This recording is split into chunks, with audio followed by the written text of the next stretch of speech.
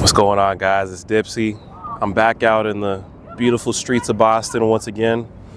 And today I really want to take time and talk about the mask, the abstract mask that most people seem to put on in everyday life, the mask that's keeping you tethered to your misery, the mask that you wish you could take off and really be yourself, but it's not letting you. I want to talk about this mask because I want to tell you, throughout my personal life, I always seemed to be the crazy one when I was really on to something. I always seemed to be looked at as, oh wow, he's kind of strange, but whole time I'm really on to something. So I always found it funny how the truth seemed to be a coincidence to people. Coincidentally, when I bought into the mainstream garbage that most people buy into for their whole life, I felt worse about myself. I lacked confidence. I wasn't bold enough to pursue what I really wanted to pursue. And yet, coincidentally, when I started to break free from this mindset and started to think in a more unorthodox way, I started to do things that weren't necessarily normalized by the mainstream public, but I started to do the right things. Coincidentally, my life got better. Coincidentally, I'm walking with more power. Coincidentally, I feel better about myself and I know who I am. Coincidentally, how's it all a coincidence? I'm going to tell you why, because it's not a coincidence. It's the truth. And more people need to understand. I understand that mask is hard to take off, but that 2-cent fake smile doesn't fool me. You know, how many times have you guys seen people in public, oh, hi, and then hi. Like, it's not normal. That's not normal. Instead of pretending to be good people, why don't we actually be good people? Why don't we actually move genuine? Because let me tell you something, right? This is the situation of the world. 99.99% of people walking around are very unhappy. I'm not going to say very unhappy, but at the very least, 99% of people are not content with their life. They know something is missing, right? And to combat that, they usually cope. They usually bend the knee to the systems that keep them oppressed, that keep them miserable to begin with. And that's not right. Think about a world where we're all authentic. Maybe we all are miserable, but we're authentic about it. We're not afraid to show that. Collectively, people would be able to look around and say, you know, something's wrong with the world. We need to fix something definitively. But because the situation is actually people are miserable, but they're putting on fake faces, fake personas, fake smiles to give you the impression otherwise, people don't really know how bad things actually are. Everyone individually knows how bad it is for them, but if they could see it on a collective scale because everyone's being authentic, then the world starts to fix itself.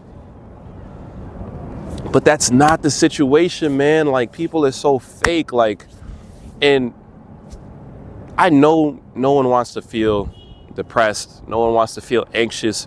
Everyone wants to be themselves. So this isn't a thing of I think people are trying to impose this miserable way of living on others, but they are inadvertently, because when you are bending the knee to these systems, when you feel as though these unspoken rules mean something, like you can't just go out and do what you want to do, like someone's keeping you from that, or when you see someone pursuing their dreams, you criticize that.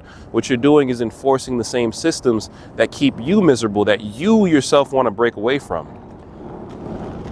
And that's just one of the things that I had to figure out. I had to figure out, okay, I don't know myself at this current moment. How do I get to know myself? And every step I took was steps that were not part of what the mainstream conditioning, the mainstream social programming was.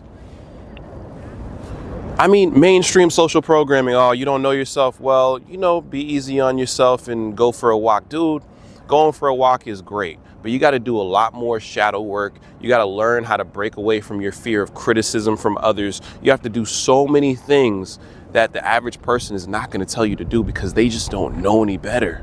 They don't. And that's okay. But what do you feel? You know you have to go out there and get after it. You know the way you're living is not a formula for long-term happiness or contentness. You yourself know that. So act on it.